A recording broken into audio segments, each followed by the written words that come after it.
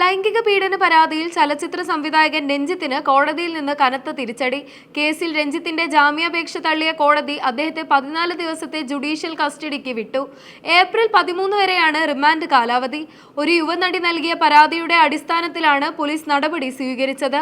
ജനുവരി 9 fort കൊച്ചിയിലെ cinema ലൊക്കേഷനിൽ വെച്ച് പീഡിപ്പിക്കാൻ ശ്രമിച്ചെന്നാണ് യുവനടിയുടെ പരാതി. രഞ്ജിത്തിനെ കാണാൻ കാരവാനിൽ കയറിയപ്പോൾ പീഡിപ്പിക്കാൻ ശ്രമിച്ചെന്ന് പരാതിയിൽ പറയുന്നു. ഇടുക്കി എസ്പിയുടെ നിർദ്ദേശപ്രകാരം തൊടുപുഴയിൽ വെച്ച് കാർ തടഞ്ഞാണ് രഞ്ജിത്തിനെ കസ്റ്റഡിയിലെടുത്തത്. പരാതി ലഭിച്ചതിനെ തുടർന്ന് കൊച്ചി സിറ്റി പോലീസ് അന്വേഷണം ആരംഭിക്കുകയും രഞ്ജിത്തിന്റെ മൊഴി രേഖപ്പെടുത്തുകയും ചെയ്തിരുന്നു. തുടർന്ന് മാർച്ച് 31 രാത്രി ഇടുക്കി തൊടുപുഴയ്ക്ക് സമീപം വെച്ച് പോലീസ് അദ്ദേഹത്തെ കസ്റ്റഡിയിലെടുക്കുകയായിരുന്നു. അറസ്റ്റിന് ശേഷം കോടതിയിൽ ഹാജരാക്കിയ രഞ്ജിത്തിന് ജാമ്യം അനുവദിക്കരുതെന്ന് പോലീസ് ശക്തമായി വാദിച്ചു. പ്രതി പുറത്തിറങ്ങിയാൽ സാക്ഷികളെ സ്വാധീനിക്കാനും തെളിവുകൾ നശിപ്പിക്കാനും സാധ്യതയുണ്ടെന്ന അന്വേഷണ സംഘത്തിന്റെ റിപ്പോർട്ട് പരിഗണിച്ചാണ് കോടതി റിമാൻഡ് ഉത്തരവിട്ടത്. മുൻപ് കരൾ മാറ്റിവെക്കൽ ശസ്ത്രക്രിയയ്ക്കും നട്ടെല്ല് ശസ്ത്രക്രിയയ്ക്കും വിധേയനായ കാര്യം ചൂണ്ടിക്കാട്ടി രഞ്ജിത്തിന്റെ അഭിഭാഷകൻ ജാമ്യത്തിനായി വാദിച്ചെങ്കിലും കോടതി ഇത് അംഗീകരിച്ചില്ല.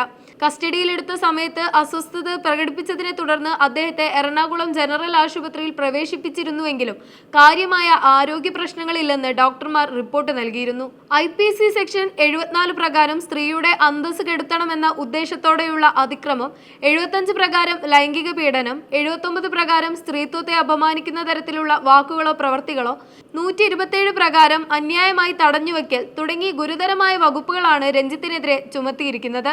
Kochi city police deputy commissioner Aswathi ജിജിയുടെ നേതൃത്വത്തിലുള്ള പ്രത്യേക അന്വേഷണ സംഘമാണ് കേസ് അന്വേഷിക്കുന്നത്. സംഭവത്തിൽ കൂടുതൽ സാക്ഷികളുടെ മൊഴി രേഖപ്പെടുത്തുമെന്നും ഡിജിറ്റൽ തെളിവുകൾ ശേഖരിക്കുമെന്നും പോലീസ് അറിയിച്ചു. തനിക്കെതിരെയുള്ള ആരോപണങ്ങൾ വ്യാജമാണെന്നും നിരപരാധിത്വം കോടതിയിൽ തെളിയിക്കുമെന്നുമാണ് ജയിലിലേക്ക് കൊണ്ടുപോകുന്നതിനിടെ രഞ്ജിത്ത് മാധ്യമങ്ങളോട് പ്രതികരിച്ചത്. ഹേമ കമ്മിറ്റി റിപ്പോർട്ടിന് പിന്നാലെ മുൻപും സമാനമായ ആരോപണങ്ങൾ രഞ്ജിത്തിനെതിരെ ഉയർന്നിരുന്നു.